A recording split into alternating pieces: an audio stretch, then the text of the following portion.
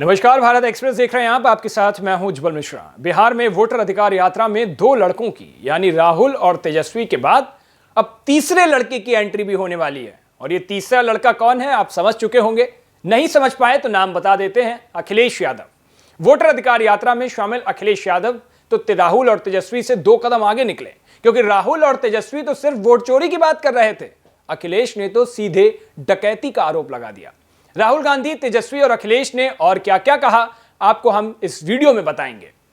बिहार में मतदाता अधिकार यात्रा अपने अंतिम चरण में पहुंच चुकी है। इस यात्रा के दौरान कांग्रेस नेता राहुल गांधी ने जनता को संबोधित करते हुए कहा कि सत्य और अहिंसा के सामने असत्य और हिंसा ज्यादा दिनों तक टिक नहीं सकती। उन्होंने स्पष्ट कहा कि चाहे जितना हमला किया जाए, हम संविधान और सच्चाई की रक्षा करते रहेंगे। इस यात्रा में अब समाजवादी पार्टी के अध्यक्ष और उत्तर प्रदेश के पूर्व मुख्यमंत्री, कन्नौज से सांसद अखिलेश यादव भी शामिल हो गए हैं। शनिवार सुबह वो पटना के सीवान पहुंचे, जहां उन्होंने राहुल गांधी, आरजेडी नेता तेजस्वी यादव, रोहिणी आचार्य और अन्य विपक्षी नेताओं के साथ मिलकर यात्रा में भाग लिया। यह यात्रा चुनाव आयोग द्वारा करीब 65 लाख मतदाताओं के नाम हटाए जाने के विरोध में शुरू की गई थी और अब ये बिहार के कई जिलों से गुजरती हुई आगे बढ़ रही है। सारण और सीवान में कांग्रेस, आरजेडी और वाम दलों के कार्यकर्ताओं ने इन विपक्षी नेताओं का जोरदार स्वागत किया। इन जिलों में इंडिया गठबंधन के नेताओं के समर्थन में जमकर नारेबाजी भी हुई। अखिलेश यादव ने इस मौके पर भारतीय जनता पार्टी पर तीखा हमला बोला। उन्होंने कहा कि आने वाले बिहार विधानसभा चुनाव में भाजपा की हार निश्चित है। आरोप भी लगाया कि भाजपा, चुनाव आयोग और प्रशासन के कुछ अधिकारी मिलकर लोकतंत्र को कमजोर करने की साजिश रच रहे हैं। उन्होंने इस घपला तिकड़ी को लोकतांत्रिक प्रक्रिया के लिए खतरा बताया और ये कहा कि ये लोग वोटों की चोरी कर रहे हैं।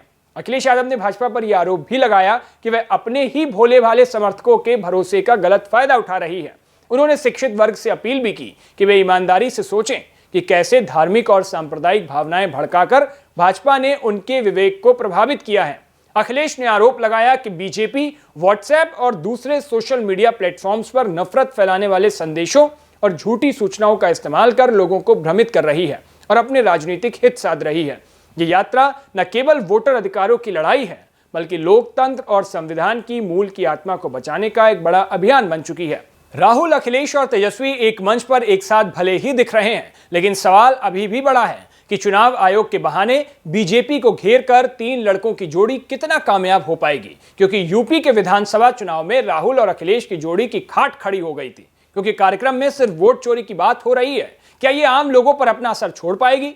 फिर असली मुद्दों का क्या होगा? वैसे 2 दशक का चुनाव देखें तो जिसके साथ नीतीश, उसकी पार्टी की सरकार बनती है। फिर इस बार नीतीश कुमार और बीजेपी यानी कि एनडीए के चक्रव्यूह को कैसे तोड़ पाएंगे राहुल गांधी और तेजस्वी यादव, ये देखना दिलचस्प रहेगा।